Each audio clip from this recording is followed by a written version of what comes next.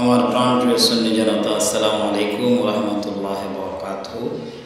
দূরের কাছে, দেশে প্রবাসে যারা যেখান থেকে বসে আমার এই ভিডিও দেখবেন বা দেখছেন, সবাইকে জানাই আন্তরিক শুভেচ্ছা ও অভিনন্দন। মহান রব্বুল আলামিনের দরবারে অসংখ্য শুকরগুজার করছি যে আল্লাহ রব্বুল আলামিন আমাদেরকে তো মুসলমান করেছে, তার পাশাপাশি আমাদেরকে সুন্নি ঘরে জন্ম নেওয়ার সুযোগ করে দিয়েছেন। এই কথাটা কেন বললাম? কারণ পৃথিবীতে অনেক মানুষ আছে, অনেক মানুষ দেখা যায়, চেহারা সুন্দর, কাপড় সুন্দর, টুপি সুন্দর, দাড়ি সুন্দর, নামাজ সুন্দর, চলাফেরা কত সুন্দর, কিন্তু তার আকীদাটা হচ্ছে অসুন্দর। তো তার আকীদাটা কি? তার আকীদাটা হচ্ছে নবীর ব্যাপারে সে নবী ইলমে গায়েব জানে, এটা বিশ্বাস করে না। নবীর ব্যাপারে সে আকীদা রাখে নবীর নূর না।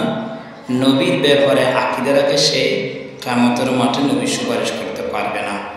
নবীর ব্যাপারে সে আকীদা রাখে সে নবীজির ব্যাপারে অনেক ধরনের মন্তব্য, খারাপ মন্তব্য করে বেড়ায়। আর যেগুলো সুন্নি উলামায়ে কেরামরা যারা সুন্নির করে জন্ম নিয়েছেন, তারা কখনো এগুলো দিকে লক্ষ্য রাখে না। কারণ সুন্নিদের একমাত্র কাজ হচ্ছে নবীর শান, নবীর আজমত, নবীর মর্তবা, নবীর মর্যাদা, নবীর পজিশন বুলন্দ করা, অর্থাৎ নবীর জিকির করা। নবীর জিকির করলে শুধু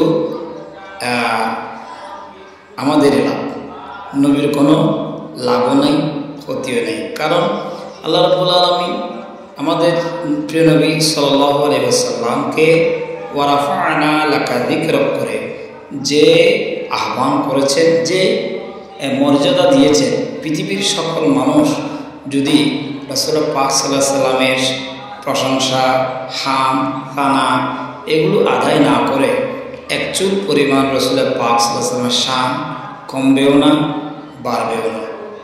এটা আমি এই জন্য বলছি, আপনি রাসূল পাক সাল্লাল্লাহু আলাইহি ওয়াসাল্লামের শান মান বলবেন, এই কারণে আপনার যেন শান মান বাড়ে।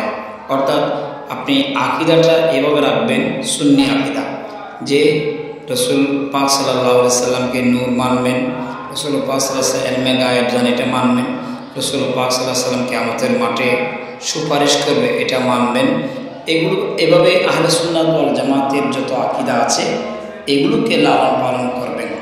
তাহলে আপনি দুনিয়াতে সফল, আখিরাতেও সফল। দুনিয়াতেও আপনি জান্নাতি, আখিরাতেও জান্নাতি। দুনিয়াতে আপনি জান্নাতের পরিবেশ পাবেন, আখিরাতেও আপনি জান্নাতের পরিবেশ পাবেন। তাই আমরা যারা সুন্নি, আমরা বড় গর্ব করি, আমরা সুন্নির ঘরে জন্ম নিয়েছি। আল্লাহ পাকের দরবারে লাখ লাখ লাখ লাখ শুকরে পূজা করছি। আল্লাহ আমাদেরকে সুন্নির ঘরে জন্ম নেওয়ার এবং রাসূল পাক সাল্লাল্লাহু আলাইহি ওয়াসাল্লামকে মহব্বত করার একটা মাধ্যম আল্লাহ রাব্বুল আলামিন আমাদের জন্য করে দিয়েছেন। সুবহানাল্লাহ। সবাই ভালো থাকবেন, সুস্থ থাকবেন। পরিশেষে বলবো, যদি আপনি বাতের ফেরকা হন, যদি আপনি অন্য কোনো ফেরকায়ে যেটা বলা হয় নারিয়া, এগুলো যদি হয়ে থাকে, তাহলে আপনি ফেরকায়ে নাজিয়ার অন্তর্ভুক্ত হবেন, অর্থাৎ নাজাত প্রাপ্ত ফেরকার মধ্যে আপনি প্রবেশ করবেন। এই দাওয়াত রইল। আসসালামু আলাইকুম ওয়া রাহমাতুল্লাহি ওয়া বারাকাতুহু।